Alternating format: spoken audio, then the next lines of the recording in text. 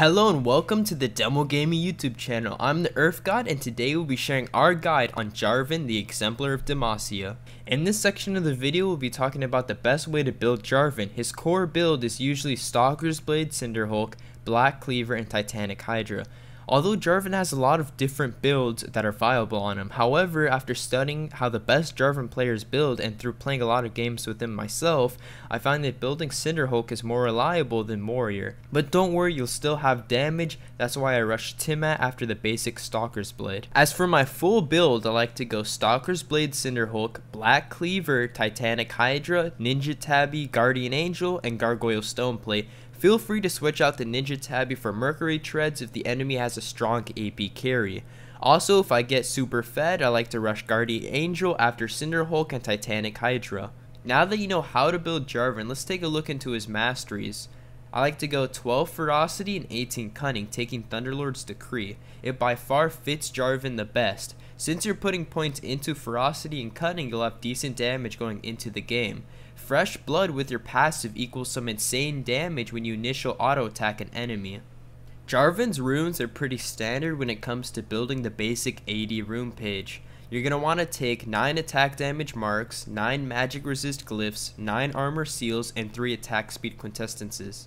Some of the combos are very basic and needed to actually play Jarvan effectively, like his EQ combo, which is the easiest and everyone should already know how to use it. However, if you're not, just make sure to practice it so you can get the hang of it. There are some advanced combos that Jarvan can do, like EQ Flash. What this does is it cancels the animation of your EQ and it extends the range of the knockup. It can also surprise the enemy when you do it on them. However, it is very hard to pull off, so if you're new to Jarvan, I suggest you practice it in a training game. The other combos are very easy to pull off. If you have a hyper carry, you can start off with engage with your ult, then EQ out, so the enemy is stuck in your ult while you get out safely. Jarvan is really good at separating champions with this combo. If the carry flashes out of your ult, and you're super fed, you can just jump on them with your EQ while the enemy is still stuck in your ult. If you want to burst the enemy carry, you can go ahead and start off with your EQ, then use ult while they're still in the air from the knock-up, then proc your Titanic. With this, it's pretty much impossible to escape. Even if they have flash, after you EQ, you just directly ult and jump on them. And then the damage from your EQ, Titanic, ult, and Thunderlords should be enough to kill a squishy carry. So now that you know how to build Jarvan along with his combos, runes, and masteries, we can start talking about how to play his early game. So his first clear is really bad if you're new to the jungle. Make sure to kite the camps as much as possible and pick up Hunter's Machete and a refillable potion. Also unlock your E ability first. Start red if possible, so if the opportunity comes, if you can do like a level 2 cheese gank, you'll have more damage than if you started at blue. You don't really get that low on mana anyways. After you clear red, go to wolves, then blue, and look for a gank.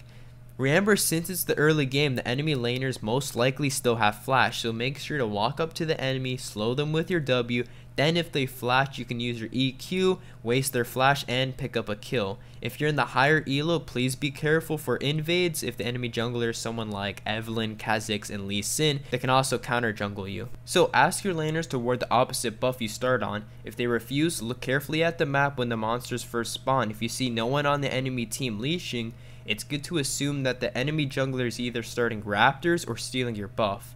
If you start red like I suggested, just walk straight to his blue after you finish your red. Even if he's starting raptors, he's most likely going to do raptors, then blue, then go to his red, so you're safe to take his blue. Make sure when you're doing this to kite the blue buff into the bush and make sure to look on the map to see if any laners are acting weird, or if they go into the jungle, make sure to get out. Jarvan's the strongest during mid game. This is where you're tanky but you still burst the enemy carries. This is when you want to stomp the enemy and assure your victory. Try to extend your lead by catching out squishy carries and one-shotting them and forcing team fights.